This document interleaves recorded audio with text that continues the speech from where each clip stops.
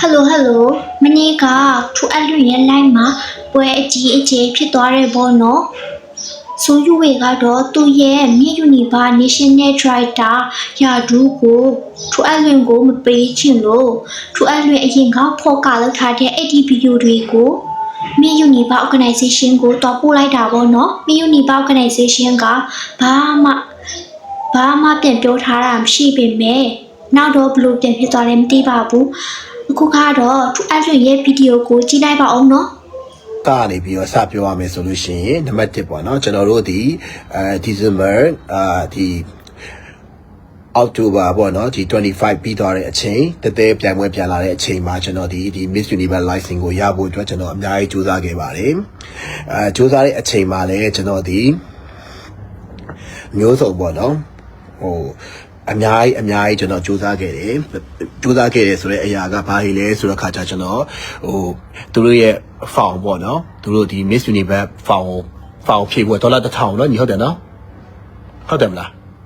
Miss Universe National Director found 1000မလား$1000เนาะ$1000သွင်းပြီးတော့ကျွန်တော်ဒီသူများရှိက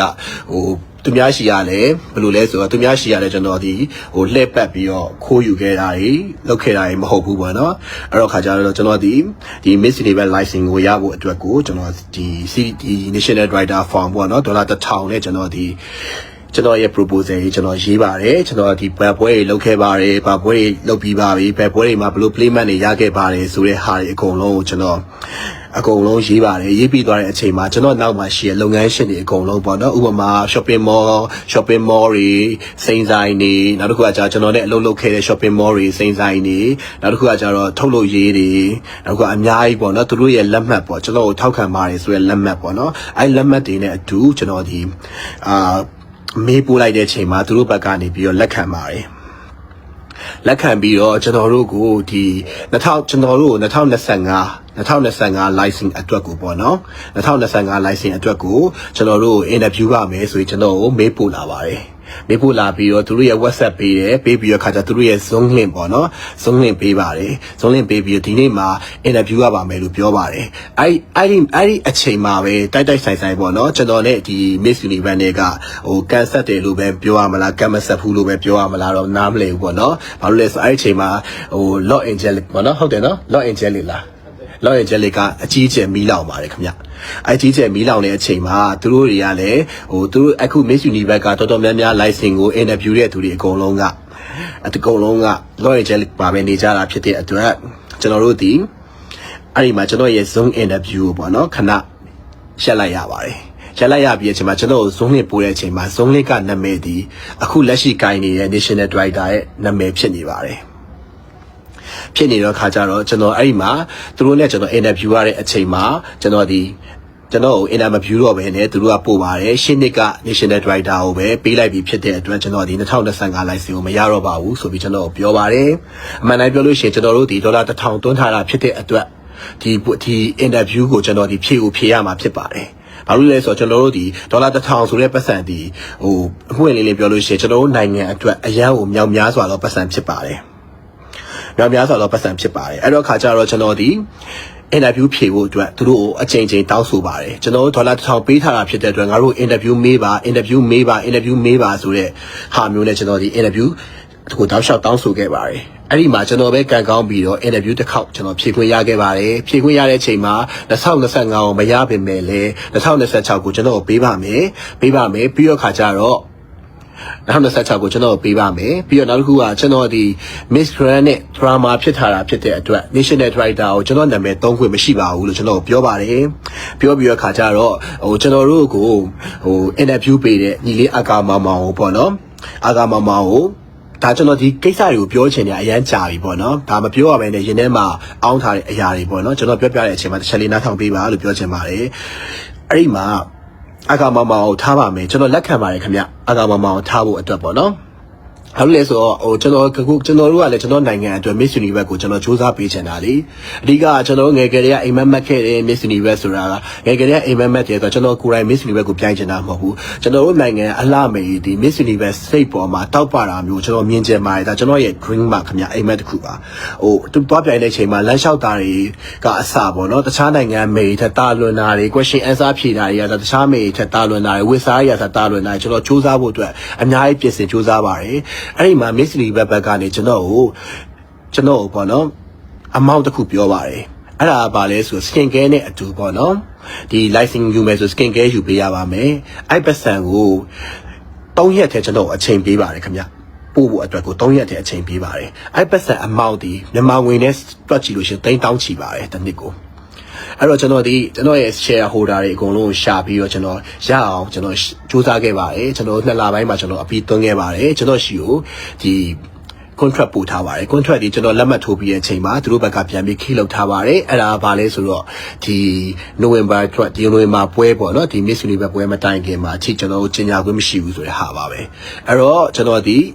6လလောက်ကျွန်တော်ရဲ့ငွေတွေကိုကျွန်တော်စောင့်ဆိုင်ပြီးတော့ကျွန်တော်စောင့်ခဲ့ပါတယ်စောင့်ခဲ့ပြီးတဲ့အချိန်မှာဒီ November 21မရောက်ခင်20မှာသူတို့နဲ့ကျွန်တော်နဲ့ on person ပေါ့နော်အပြင်မှာလူချင်းတွေ့ပါတယ်တွေ့တဲ့အချိန်မှာသူတို့ကပြောပါတယ်ကျွန်တော်နေခုယူထားတာကနေခု contract လုပ်ထားတာက3နှစ်ထဲပေါ့နော်အဲ့တော့ခါကျ9နှစ် contract လုပ်မလားလုပ်မယ်ဆိုရင်ငါတို့9နှစ် contract ပြင်ပေးမယ်ဒီတစ်ချက်စောင့်ပါအောင်လို့သူကကျွန်တော်ပြောပါတယ်ပြောတဲ့အချိန်မှာကျွန်တော်က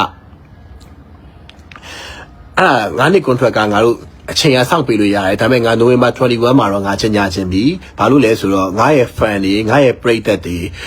တွေကပေါ့နော်အခုငါရဲ့ပရိသတ်တွေအကုန်လုံးကစောင့်နေကြတာဖြစ်တဲ့အတွက်ငါရဲ့ပရိသတ်တွေအတွက်ငါချင်ညာခွင့်ရချင်ပြီပေါ့နော်ချင်ညာခွင့်ရချင်ပြီဆိုပြီးကျွန်တော်ပြောပါတယ်ပြောတဲ့အချိန်မှာသူတို့ကနေပြီးတော့အဲ့ဒါဆိုလို့ရှိရင်ချင်ညာခွင့်ပေးပါတယ်ဆိုပြီးကျွန်တော်နဲ့တူကျွန်တော်ညီလေးဒီဇိုင်နာလင်းထက်ညီရဲ့ရှေ့မှာပဲသူတို့ဒီကျွန်တော်ကိုဒီ national director အဖြစ်ကြေညာခွင့်ကိုကျွန်တော်ရခဲ့ပါတယ်ရခဲ့အတွက်ကျွန်တော်ဒီ November 21မှာကြေညာခဲ့တာပါအဲ့နောက်ပိုင်းမှာသူတို့ဒီကျွန်တော်ကိုအချိန်ကြီးတောက်လျှောက်ရွှေ့ပါတယ်ဒီဘက် organization ဒီ Miss Universe organization ဒီအချိန်တောက်လျှောက်ရွှေ့ပါတယ်ရွှေ့ပြီးတော့ခါကျတော့ Laura နဲ့တိုင်ပင်နေလို့စာချုပ်မရသေးပါဘူးဘာညာနဲ့တောက်လျှောက်ကျွန်တော်အချိန်တွေရွှေ့လာပါတယ်ဒီနေ့ဖုန်းဆက်လာတဲ့အချိန်မှာဗာပြောလဲဆိုတော့ခါကျကျွန်တော် email ပေးပါတဲ့ငါတို့နေ့ကို Miss Universe ပေးလို့မရပါဘူးတဲ့ဘာလို့လဲဆိုတော့နေ့ရဲ့ဗီဒီယိုတွေကိ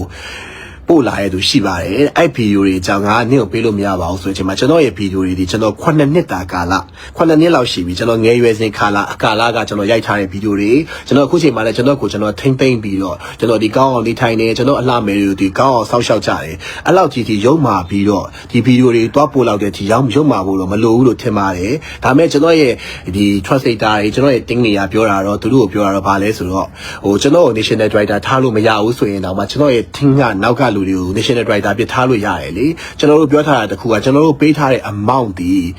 နည်းနည်းနော် amount မဟုတ်ဘူးပြီးတော့နောက်တစ်ခုက6လတစ်နှစ်လောက်ဒီ amount တစ်ခုကိုကျွန်တော်တို့ဒီခိလုပ်ပေးထားတာဖြစ်တဲ့အတွက်ကျွန်တော်တို့ကတော့တိခံမှာမဟုတ်ပါဘူးတကယ်လို့ကျွန်တော်အခုသူကတော့ December 31 ထိစောင့်ပါလို့ကျွန်တော်တခါထပ်ပြီးတော့အချိန်ထပ်တောင်းလာပါသွားပါတယ် December 31 ရက်နေ့ထိစောင့်ပါ31ရက်နေ့ထိစောင့်လို့ရှိရင်မင်းတို့ပတ်ဆက်ပြန်ပေးရင်ပေးမပေးလို့ရှိရင်မင်းတို့ရဲ့တင်းနေရသူတယောက်ကို National Director ဖြစ်ခန့်မှမယ်လို့ပြောတာဖြစ်တဲ့အတွက်ကျွန်တော်ရဲ့ bio မှာရှိတဲ့ National Director ဆိုတဲ့ဟာကိုကျွန်တော်ကဖြတ်ထားတာဖြစ်ပါတယ်ဖြတ်ပြီးတော့ကျွန်တော်တင်းကရလို့ရှိရင်ကျွန်တော်တင်းကလူကတော့ National Director လို့ဖြစ်မယ်ဒါပေမဲ့ကျွန်တော်ကတော့နောက်ွယ်ကနေအကုန်လုံး supporting ပေးမယ်ကာကွယ်ပေးမယ်အကုန်လုံးလောက်ရမှာပေါ့နော်ဒါလည်းဟိုဘက်ကနေပြီးတော့ထပ်ပြီးတော့ကျွန်တော်ရဲ့ဗီဒီယိုဖိုင်ကို translate လုပ်ပြီးထပ်သွားပို့လို့ရပါသေးတယ်လို့ဟိုဘက်က organization ကျွန်တော်ကဒီနေရာကနေပြီးတင်းကောင်းပါလိုက်ပြစေထပ်ပြီးတော့ပေါ့နော်ထပ်သွားပို့လို့ရပါတယ်ကျွန်တော်ဒီအခုချိန်မှာဒီပွဲကိုရသည်ဖြစ်စေမရသည်ဖြစ်စေကျွန်တော်ရင်ထဲမှာဘာမှမရှိတော့ပါဘူးကျွန်တော်စိတ်လဲတော်တော်လေးပေါ့နော်ဘာဖြစ်တာဘာလို့လဲဆိုတော့ကိုယ့်ရဲ့လူတိုင်းမှာအပုပ်ဆိုတာလူတိုင်းမှာရှိပါတယ်အခုဒီလူတိုင်းအပုပ်ဆိုတာရှိရဟာဟိုမှာဒီအပုပ်ကိုပြောပြီးတော့အပုပ်ချရဲဆိုတာကတော့မဖြစ်သင့်ဘူးလို့ထင်ပါတယ်ခင်ဗျဒါလေးတစ်ခုလောက်တော့အကုန်လုံးနားလေစေချင်တယ်အဲ့တော့ခါကျကျွန်တော်ကတော့31ရက်နေ့ဒီစောင့်ပါမယ်31ရက်နေ့မှာမရအောင်ဆိုကျွန်တော်ကိုယ်တိုင်လည်းဒီမှာစောင့်ပြီးတရားစွဲပါမယ်အကုန်လုံးတရားစွဲမယ်ကျွန်တော်ဒါဘိုးလင်းဆုံးပြောပြတာ31ရက်နေ့ဒီကျွန်တော်တို့ပတ်စံရမရလို့ရှိရင်ကျွန်တော်တင်းကလူတယောက်ကိုပေးရင်မပေးရင်တော့ကျွန်တော်တရားစွဲဖို့ပြင်ပါမယ်အဲ့ဒါလေးကိုတစ်ချက်ကျွန်တော်ဒီမှာလာပြောပြတာပါမသိလို့ရှိရင်ကျွန်တော်ကမဟုတ်တာလှုပ်ရှားလို့ပဲဘန်ကိုဖြတ်လိုက်တယ်လို့ဘာလို့ဖြစ်မှာဖြစ်တယ်ကျွန်တော်ဘက်ကအမှားဖြစ်မှာဆိုလို့ကျွန်တော်ဘန်ကိုခဏဖြတ်ထားတာပါကျွန်တော်ခု ထူးပြီဆိုလို့ရှိရင်ကျွန်တော်ပြန်ပြောပါမယ်ကျွန်တော်31ရက်နေ့ထိစောင့်ပါမယ်ခင်ဗျ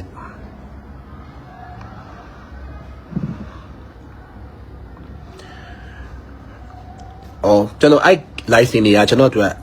easy going ပါပဲခင်ဗျအဲ့ mid cham လို့ဒါမွေးလင်းပြောလို့ရှိရင် global တို့ cosmo တို့ဒါကျွန်တော်အကုန်လုံးက national director ဖြစ်လိုချင်နေကြတဲ့ပွဲတွေပါပဲအဲ့ပွဲတွေအတွက်ကကျွန်တော်စိတ်ပူစားနောက်ဆုံးမွေးလင်းပြောလို့ရှိရင်ခု supranational တို့ up to ထိပါပဲကျွန်တော်လိုချင်လို့ရှိရင်လွယ်လွယ်ကူကူနဲ့ရပါတယ်ခင်ဗျအကုန်လုံးဒီလည်းကျွန်တော်ရဲ့နောက်ကျောင်းကိုနားလည်ပေးပြီးတော့ကျွန်တော်နဲ့လက်တွဲချင်ကြတဲ့ organization တွေပါပဲဒါပေမဲ့ဒီခုရပါတယ် Miss Universe Organization ကို fan တွေကိုယ်တိုင် email ပို့ပြီးပြောလို့ရပါတယ်ခင်ဗျ။ email ပို့ပြီးကျွန်တော်ကိုထောက်ခံလို့ရပါတယ်။ကျွန်တော်ရဲ့ပွဲတွေကိုပေါ့နော်။ကျွန်တော်ထောက်ခံလို့ရပါတယ်။ဒီကိုချစ်တယ်ကျွန်တော်ကိုချစ်တယ်ကျွန်တော်ကိုရစေချင်တဲ့သူတွေထောက်ခံပြီးပြောပေးလို့ရပါတယ်။အဓိကကတော့လေမေးပို့လို့ရပါတယ် Miss Universe Organization ရဲ့မေးပါပဲခင်ဗျ။အဓိကဘယ်မေးနဲ့ပို့တာလဲဆိုတာကိုကျွန်တော်အခုကြည့်ပြီးလို့ရှိရင်ကျွန်တော်မေးပြန်ပြောပြ အဲ့လိုပြောထားတာကိုရှင်တို့ကြည့်ပြီးကြပြီမလားဆိုယူဝေကတော့ဆိုယူဝေကတော်တော်လေးကိုအခြေရောက်တယ်နော်အတိတ်ကမကောင်းဘူးဆိုပေမဲ့သူများရဲ့အတိတ်ကိုအဲ့လိုမျိုးပြန်ဖော်သေးပါဘူးရှင်